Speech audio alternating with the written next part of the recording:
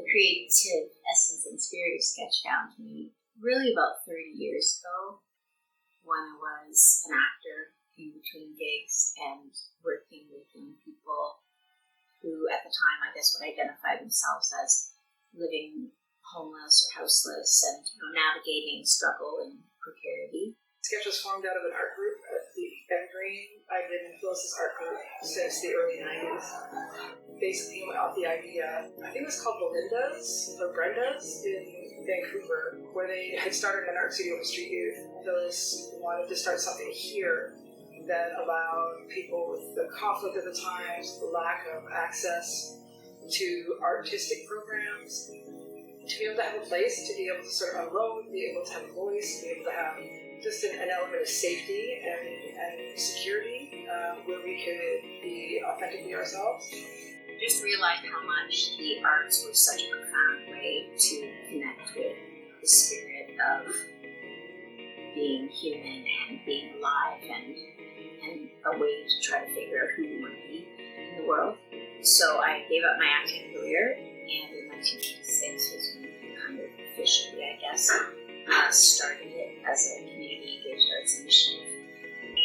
The early years, I was part of the first working group, which existed before Sketch was actually built. It was a lot of funders and advocates and supporters that people's spiritual existence and their mental and emotional and social well-being has huge value, allowing people some space to grow and motivate themselves to continue to build whatever it is they want to build in their life.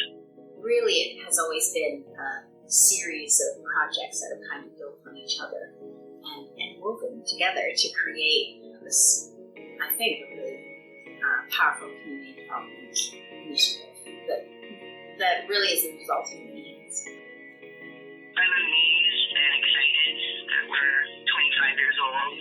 The time passes fast. I'm also really in awe of our community. The people that have come over the years are all dynamic, amazing leaders in their own right.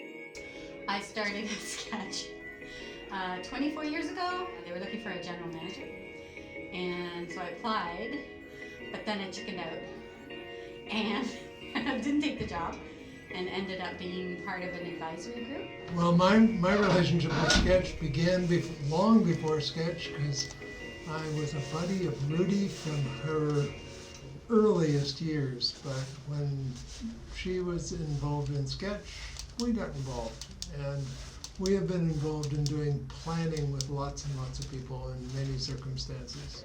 I used to be part of a collective called the YSI Collaborative that Sketch was also part of. And I had the lucky fortune of having a shared desk space in their office at 180 Shaw. So that's where I got to hang out with them like every day, although I was working with another organization. I was invited to come and participate in this initiative 12 years ago, and I came on as the program director, and it was a real honor to actually meet super talented coordinators, leadership, artists, and there were lots of tough moments that we sat with together.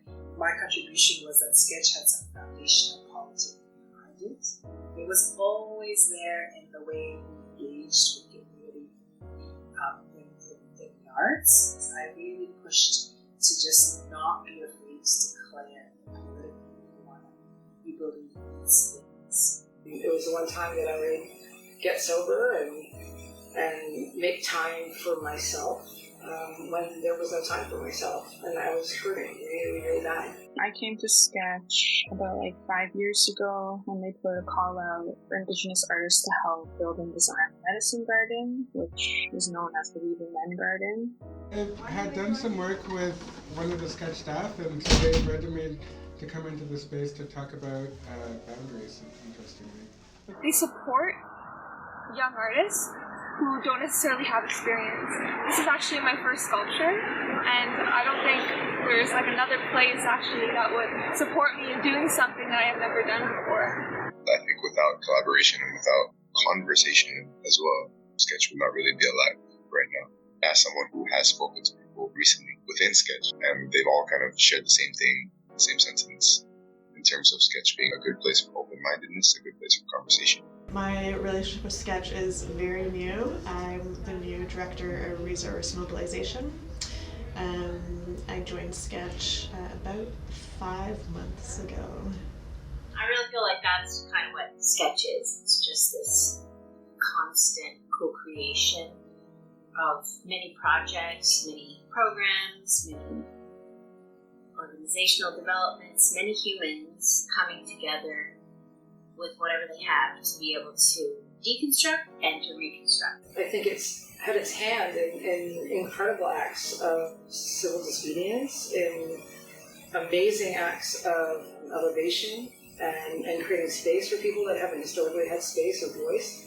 It really is an initiative that strives very hard to be responsive. I just feel like Sketch is unafraid. Like the people that enter into Sketch are unafraid of challenging each other, unafraid of challenging their own selves and their initial perception. It's turning the focus back to people, because when you do that and you unhook from things that are ethically suspect, then you actively save lives when you return it to the people. And so I think that just those small actions have saved lives, and will save my life. But it's incredible that an agency can hold me at 50 the way it held me at 15. In a way, I've kind of gotten to witness our dreams come true, which is really cool.